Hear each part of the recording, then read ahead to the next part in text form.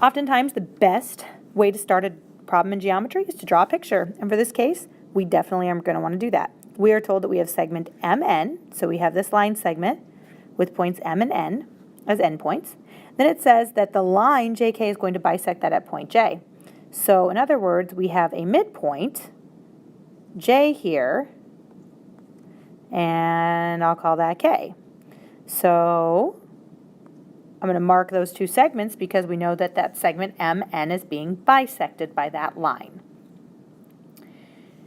All right, then it tells us that we're supposed to find MN, so we're supposed to find the length of the entire segment, but we are told that JM equals 6 3/4. So I know the distance on this side is 6 3/4. Well, again, since J we know is the midpoint, and we know that MJ is congruent to JN, I know that this JN must also equal 6 3/4. So in order to find the length of MN, I simply am going to use the segment addition postulate, and I'm going to take MJ and add JN to get that full length. Or I can say that it would be 6 3/4 plus 6 3/4 using substitution.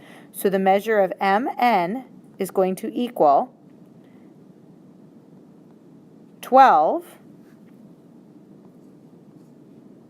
6/4, but we know that 6/4 is the same as 1 1/2, so we can make that 13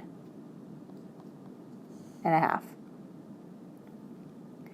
You may have wanted to have done this with decimals, so you can just turn this into 6.75 plus 6.75, which is still going to get us 13.5 or 13 1/2.